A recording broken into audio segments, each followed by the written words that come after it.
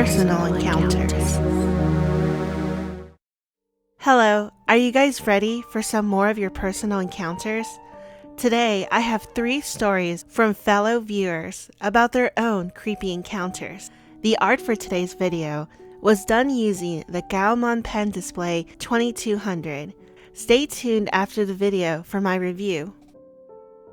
The first story is submitted by MothPrince. When I was maybe 12 or 13, I came home to my apartment after a long day of school. I've only ever told my best friend this story in warning, just in case it ever happened to her, as she lived right next door to me.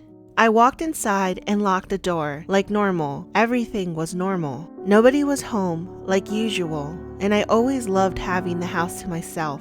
I walked into my room and plopped down on my rug, grabbing my art supplies and my sketchbook. I remember everything that happened, me sketching fruits and enjoying myself, taking in the silence.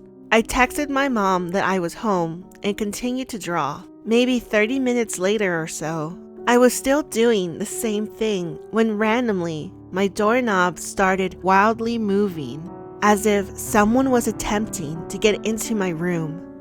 My door wasn't even locked. I was frozen in pure terror. Thoughts raced in my mind.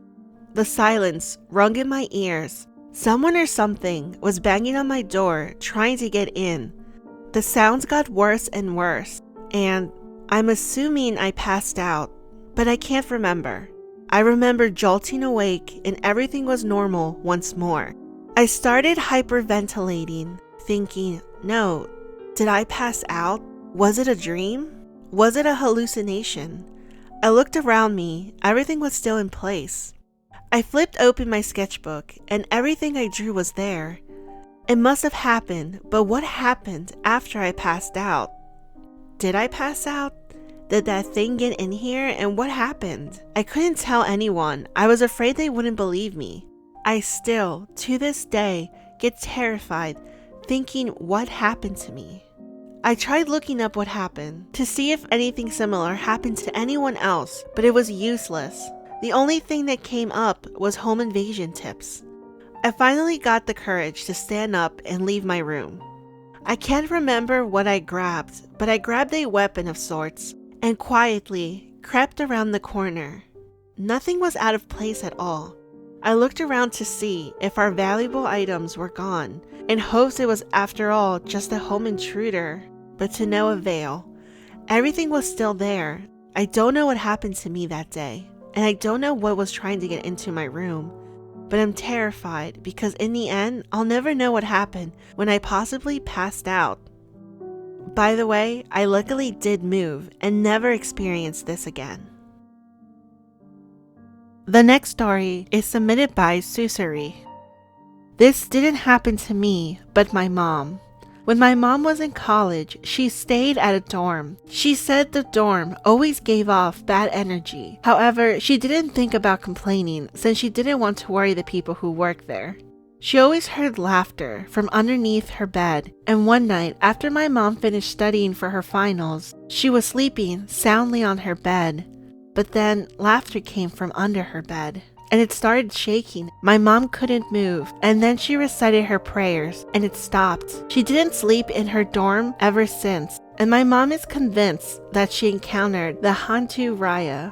If you don't know what that is, the Hantu Raya is a type of familiar spirit in Malay folklore that acts as a double for people who practice black magic. It roughly means great ghost. It is supposed to bestow great power onto its master.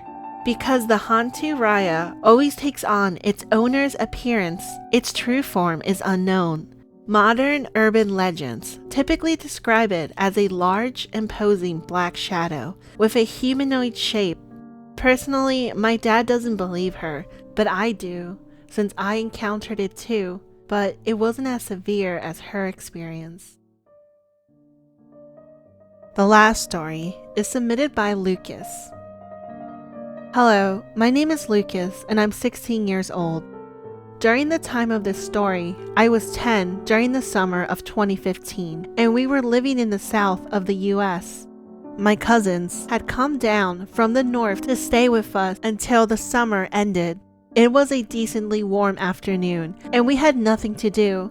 It wasn't rainy or anything, so we thought it would be a good idea to explore the parts of the woods where we've never been before. Down the left side of my backyard, there was an entrance to the forest where you could explore deeper in the woods. We continued down the path for a little while, until coming to basically a fork in the path, which we could choose to go straight to a small back road, or we could choose to go right, where I had never been before. We chose to go right, and we went down the path, walking for a little while. It was somewhat darker in this area due to the trees being very tall and covering up some of the slim path. After walking for a while, we stopped. We all saw something or someone very tall, about 1.8 meters, behind a small bush that was up ahead. I first thought it was an animal. However, this one didn't move even though we clearly were making a lot of noise. I looked a little closer and I was 80% sure this was a person holding something. It wasn't until they made a sudden move that we all turned and ran back the way we came, towards my home.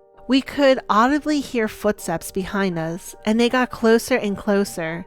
Since I was the slowest out of all of us, I was in the back. I didn't even bother looking back, which in hindsight was a stupid idea because maybe I could have gotten a description of what the man looked like. We made it to my backyard. We didn't have a fence during that time, so we basically barged through the back sliding glass doors. We got home safe and took a moment to put together our thoughts. We weren't sure if it was a human or a spirit or just something unnatural. My cousins went home the next month, and I swear every time I went back to revisit that path where we saw the person, something strange always happened. Thankfully, we don't live there anymore, and after a year or so, we moved back to our country.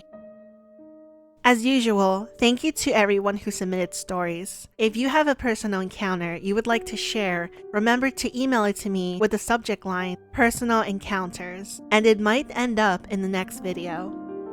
Now stay tuned for my review of the GAOMON pen display 2200. I really enjoyed using this GAOMON pen display. It's a lot bigger of a screen than I usually work on. It features a high-definition full-laminated 21.5-inch screen, which is great for drawing or just using as a second screen when you aren't. It has a 92% NTSC and has 8 touch keys for easy shortcuts.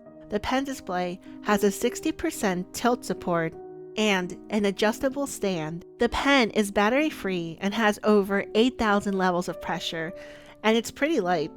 Overall, I honestly can say I really recommend it. Thank you for watching, and sweet nightmares.